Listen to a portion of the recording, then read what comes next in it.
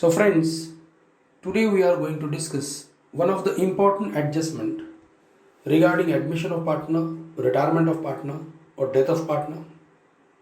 This adjustment is basically related to debtors and RDD. There are total 4 different cases because of which normally students get confused. ऐसे 4 cases हैं जब RDD के बारे में और debtors के बारे में कुछ इन्फॉर्मेशन दिया जाता है और ऐसे केसेस में नॉर्मली स्टूडेंट्स कंफ्यूज हो जाते हैं कि इनका पोस्टिंग कैसे करना है, कैलकुलेशन कैसे करना है। तो ये जो 4 अलग अलग केसेस हैं ये आज के इस वीडियो में मैं एक्सप्लेन करने वाला हूँ।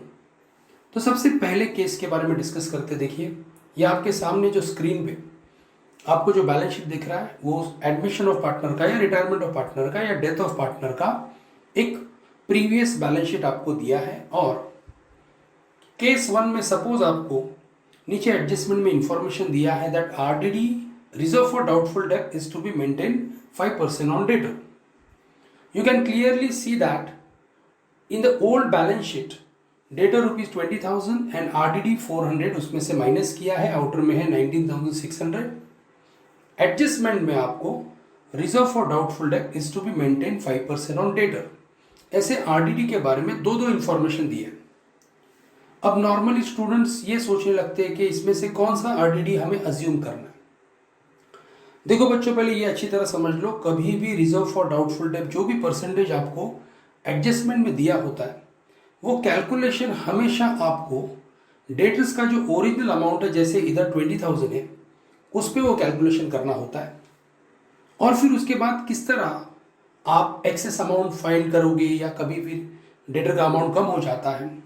सो लेट्स सी, इस क्वेश्चन को सॉल्व करने के लिए हम क्या करेंगे। देखो, ये जो क्वेश्चन था वो स्क्रीन पे मैंने लेफ्ट साइड में रखा है। अब देखो, हम सबसे पहले हमारा बैलेंस शीट बनाएंगे। अब इस बैलेंस शीट में आपके क्वेश्चन में डेटर का जो वैल्यू दिया है, I am talking about the value given in the outer column, that is 19,600।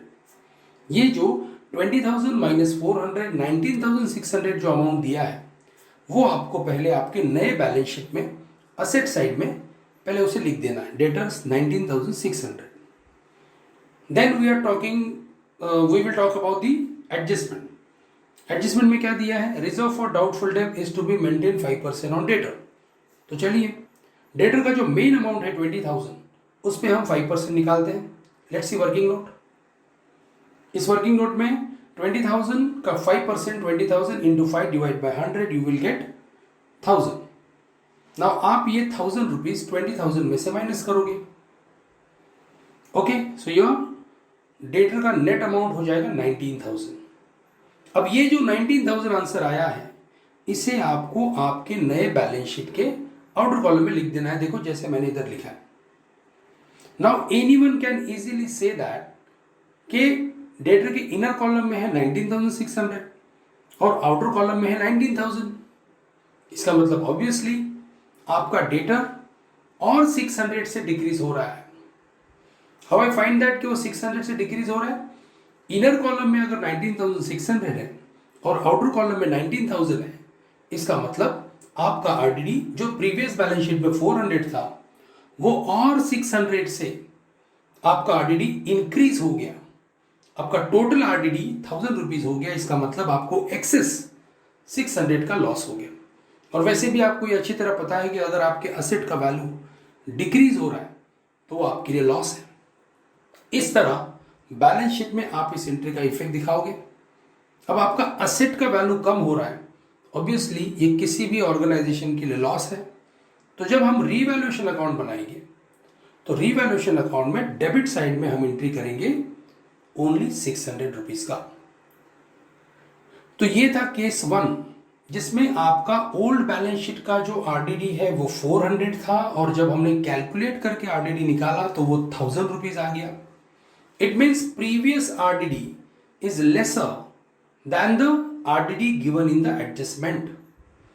तो प्रीवियस आरडीडी 400 था, कैलकुलेशन करके 1,000 आ गया। इसका मतलब 600 रुपीज से आपका आरडीडी इंक्रीज हो गया। वो 600 आपके लिए एक्सेस लॉस है, तो लॉस हमने रीवैल्यूएशन अकाउंट के डेबिट साइड में लिख दिया। This is case 1।